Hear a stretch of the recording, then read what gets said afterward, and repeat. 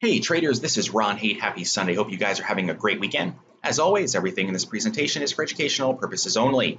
All right, Thinkorswim is on your screen. We'll start with the spiders, the S&P ETF. We'll go daily charts, and then we'll also transition into weeklies as well. Let's go ahead and zoom in. Now, Thursday was a big down day, and I was thinking about doing a video, but I wanted to see how the market closed, and we managed to stay above the red line, which is the 20-day exponential moving average. And it was really, if I had done a video that night, it was going to be about Friday. Are we going to close solidly below that red line? And we did close below the red line. We closed that, not yesterday, but Friday at 342.57. And up here, you'll see the red show you where the red line is, 342.67, 10 cents beneath. Is that a clean break? No, it's a $342 stock. So 10 cents really doesn't say emphatically, yes, we did it.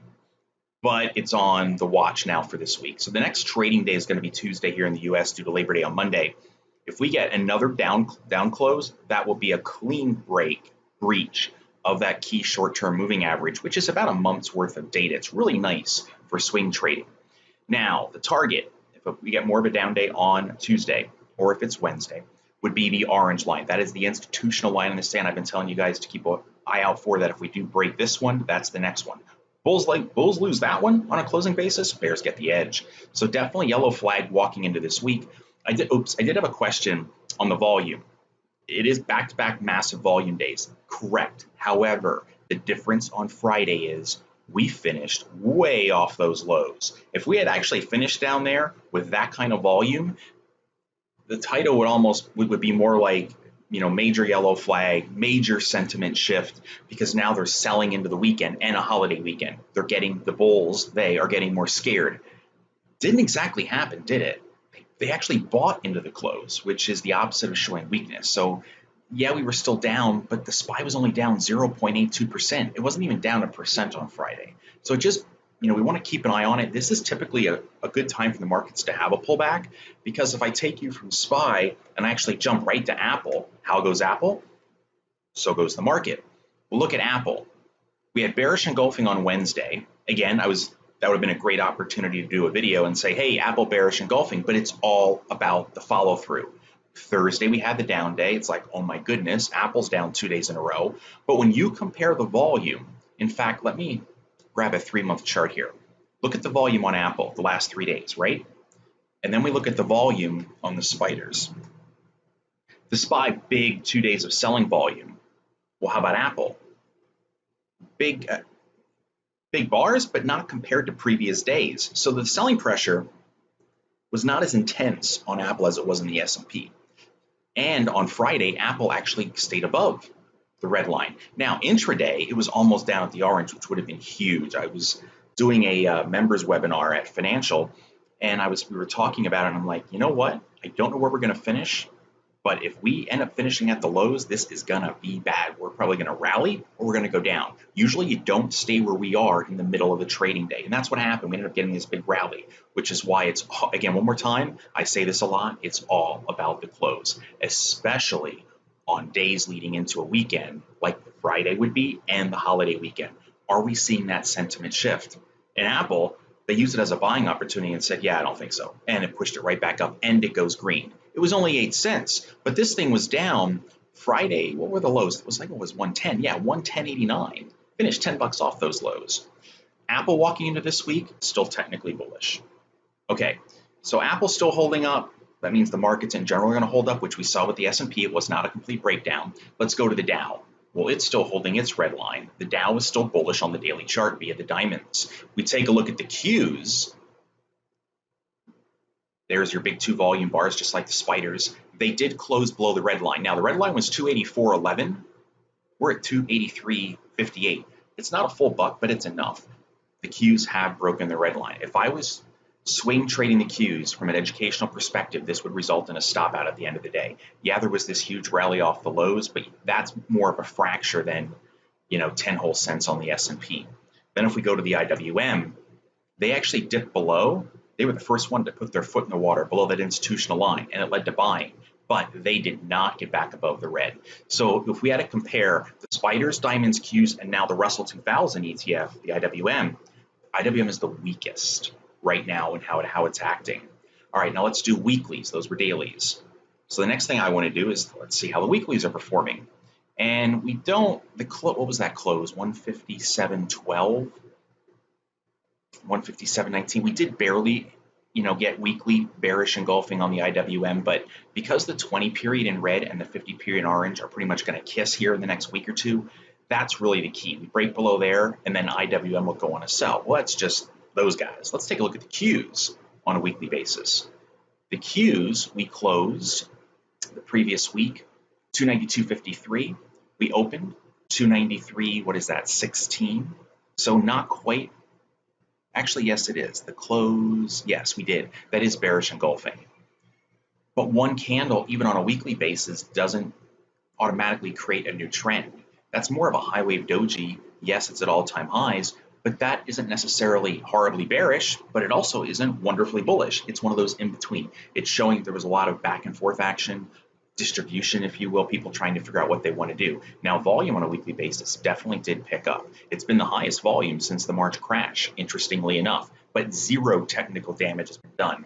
Now, on a weekly basis for the Qs, what would make this chart begin to look more bearish, actually getting all the way below the red line on a weekly. Well, that's huge. That's going to be, what, about 30 bucks on the Qs? That's a long ways off.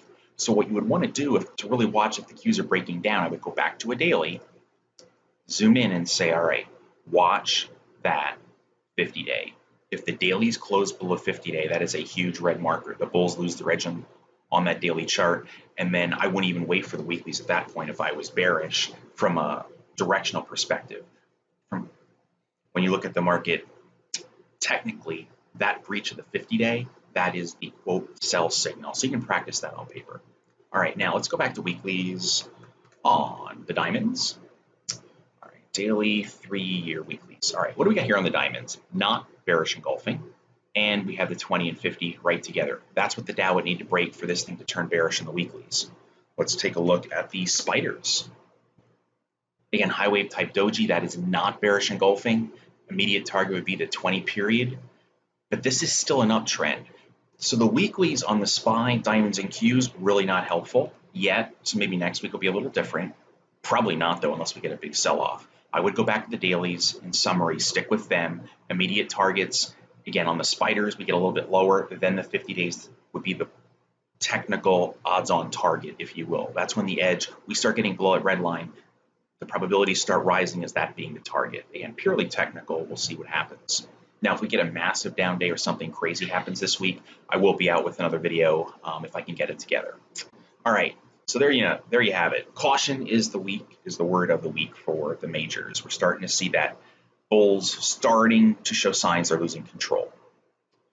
Tesla. Well, we did Apple. You know what? Let me just go back there one more time. If you're watching Apple for that sign, again, red line, close below the red line is going to be bad for the S&P and be bad for the NASDAQ, and that's going to get people's attention. So just keep an eye on that. You could set alerts around 120. Anything below there will probably do it. All right, so now Tesla. Tesla held the red line. It did break below it intraday, but we closed near the highs of the day. So Tesla's still very strong. We can call it insanity, but it is what it is. How's Google doing? Google started to really explode. Whoa. Finger swim. Let's try that again. Just lost its marbles. SPY, Google. There we go. Now let's try to zoom in again. There we go. It started to break out about a week and a half ago. Started to really get going, and then it quickly gives it back. So it took a week and a half, 2 weeks to put together for a rally, gone in nearly 2 days. Volume is picking up. We did get close to the 50-day, but watch how the 50-day cradled the stock. We get below there, at least for the near term, that shows a sign that sentiment is changing. Now over here in June, we had 1 day below, we got right back above. Therefore, I would want to see 2 days below the 50-day to really show that the bears have lost their edge and the buyers are not buying the dips. And Microsoft, it too, below the 50-day. In fact, it got well below the 50-day, but closed almost back at the highs of the day, pretty darn close. Until that 50-day falls, the bulls get the edge. You can see how it cradled it here. The stock could not get below it. Now, if we look at the VIX, VIX started shooting higher on Thursday, gave some back Friday. The VIX is still bullish on a daily chart, which tells you again, yellow flag warning this week for the bulls. We want to watch every single day. Now, I had a bunch of questions on other stocks, from Etsy to Wendy's, Costco, Pool, you name it. I'm going to hit them all really, really fast to try to keep this video as short as possible. Here is Etsy. Incredibly strong stock. I've been saying this before. When these big flyers that are double, tripling, quadrupling their value since the lows, the first sign of trouble is a close below the red. That happened on Thursday. Friday is confirmed. If you're new to candlestick analysis, you might say, hey, that looks like a hammer stick candle. Yeah, but not up near all-time highs or at all-time highs. I call those rubber hammers. They are not legitimate. They are not bottoming type candles from a probability basis. They are down here, not up here. And this was a failed back test. So sure, buyers came in and they pushed the stock back up, but it couldn't even regain the 50-day. This is to me is a sign of weakness. How about Shopify? Another one. Cracked the 50-day on Friday, held it Thursday, busted it Friday. First time it's been below the 50-day in over 4 months. Yes, it looks like a hammer, but does not count because we're at all-time highs. We take a look at Wayfair. This one started cracking the 20-day back on Monday, and Friday we break the 50-day. You could look at this and say, yeah, but it came off the lows. Look at that spike in volume. There were buyers coming in. But you've spent 5 consecutive days below moving averages. 1, 2, 3, 4 below the 20, and the first time you get near the 50, you can't even get back above it. So it shows that the buyers are not looking to buy the dips, they're actually starting to sell. So definitely a sentiment shift here on Wayfair. How about Pool? Stock was in the low 2s, then it drops to 160, and then before you know it, it's at 340, right? We zoom in, volume's starting to pick up on Friday. Now look how Pool is different than those other stocks we looked at, whether it was Shopify, Etsy, or Apple or Google. They finished off their high, off the lows, near the highs of the day. Pool is just the opposite. If I was trading Pool, this would definitely get my attention. Maybe Thursday got my attention a little bit because we did close at the lows of the day, but you never broke the 50-day, and volume didn't even spike much at all. That changed Friday. This is a sentiment shift. They are not buying dips, they are selling them, and now the volume's even coming in. The downside targets now for Pool, probably somewhere in this consolidation, which is going to be 250, 260 area. How about Costco? Question on this one because of the bearish engulfing on Thursday. Big volume, but not epic. If I zoom back out, that's not epic volume. Epic volume is over in here a little bit. So you have bearish engulfing and a second down day. Is that confirmation? You only finished down 0.5%. And the volume did not increase. In fact, it fell back, and you closed back above the 20-day EMA in red. So bearish engulfing patterns in play, but there is not enough follow-through for that to look as a high probability bearish candidate to me, or at least say the sentiment's turning from bullish to maybe bearish. There's no damage done yet. All you have is a pattern, a candlestick pattern. How about Wendy's? This stock was single digits, then it's in the 20s. Now what's interesting here with Wendy's, look at the high before the lockdowns occurred. Mid-20s, right? 24. You get back up near that in June, 23. Then you try to break out in July. Then you try again at the beginning of August. You cannot get through that area. So 24 is a ceiling for whatever reason. They are not willing to buy it above 24. But look what's happening now. It doesn't look like much, but there is a change here in sentiment. It hasn't gotten horrible.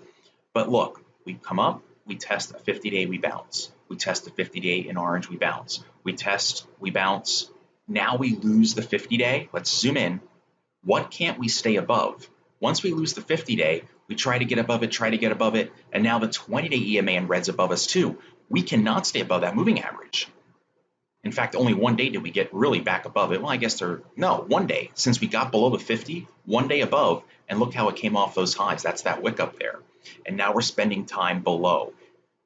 This is looking as overhead resistance from a technical perspective. Now you have a head up here, maybe a left shoulder here or here, and this is the right shoulder. The neckline is going to be around 2075, give or take some pennies here. Below there, Wendy's is breaking down, but you're already seeing signs of trouble. So if I was trading Wendy's from a bullish perspective, which I'm not, but if I was, and from an educational perspective, I'd be looking to maybe start considering some hedging, or maybe even hedging could be long puts. Maybe out 90 days, you could practice that in a paper trading account. Maybe even some covered calls. Above 24, it's a breakout. But right now, caution.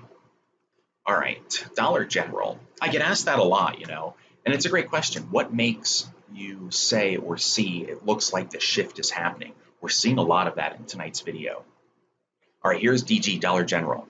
Since we got above the 50-day back in April, never below it on a closing basis. Mid-July, early July, support. We got there again the end of July. We got there again in August. Today, we dipped below it by the most since we got above, but we didn't close there.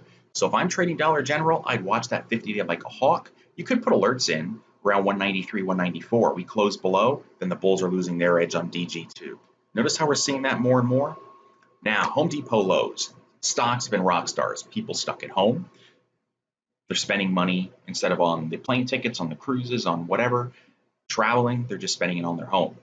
What's interesting though is if we zoom in, this could be a left shoulder, that could be the head, right shoulder. We've already broken arguably a little short-term neckline, but I don't think the head and shoulders is the big deal here. This to me just looks like churning and it can't push higher. So no to head and shoulders, the way I like to do it, it's too short on a daily basis. You've already broken it. But here's the bigger deal. Since we got above, let me go back here. Here we go. We got above the 50-day back in April once again. We are now, first time that we trade below it. First time, closed above it. We get below it, bulls lose their edge, and then you look for that horizontal support in the 240s. Another one starting to crack. How about lows? This looks like a little bit of a double top. And if I zoom in, that's bearish engulfing. Yes, we rallied back up, but we did not set new highs. Therefore, the bearish engulfing is still in play. And now we got two nice down days. Watch the 50-day here on lows as well. Same commentary. We break that 50-day, go back to the next consolidation point, maybe around 130-ish. So keep an eye on that one too. And then we'll take a quick peek at gold and silver. Here's GLD. This could still be considered somewhat of a bull flag. Really, just watch the 50-day. Between now and year end is not a overly favorable time for gold. Gold often puts in highs mid-late summer, sometimes early fall. That fits that rough 2-3 month window. Gold isn't about on this date or that week it puts in highs. It's usually towards the end of summer, early fall. That's why I was saying to you guys when this thing started exploding, hey, maybe it can keep going, but remember, we're entering the window where these tops usually occur. Now we've gotten the big gap down. We've gone back up almost, I guess you could say we filled the gap, and we're just drifting sideways. But there's still no major technical damage done to the daily chart. We get below the 50-day, below that 50-day, then we do. Let's take a peek at the weeklies. Weeklies are looking fine. Yeah, there's no problem there. Well, since we're on weeklies, let's go look at silver. Yeah, it's just a massive bull flag on the weekly basis on SLV. Oops. Let's go get a 1-year daily on silver. You know, it did close below the 20-day. It's the first time. Actually, that's the first time it's done that since May. It did so on Thursday. We got back above it Friday. But this too, a giant bull flag. I would say this, if we get below Friday's intraday low, then the 50-day becomes a bigger target. But they're both holding up, all things considered. And let's look at the gold miners. We'll finish up with GDX. George Delta X-ray still holding the 50-day. We break it, then the GDX, the bulls have lost their edge. Downside target, I would say probably near that breakout, mid-30s, which could be 15% lower. So there's a lot of stuff to watch this week. The bulls are starting to lose control. We are starting to see sentiment shifts, but we have not seen full-blown breakdowns on the major stocks and the major indexes. Some individual stocks, yes, but not the big hitters. That could all change this week. If there's a huge move, I'll have a video out for you midweek. If it's just sort of this wishy-washy, then I'll just hit you up again on Sunday. So have a wonderful week, gang, and I will see you in the next video. Take good care.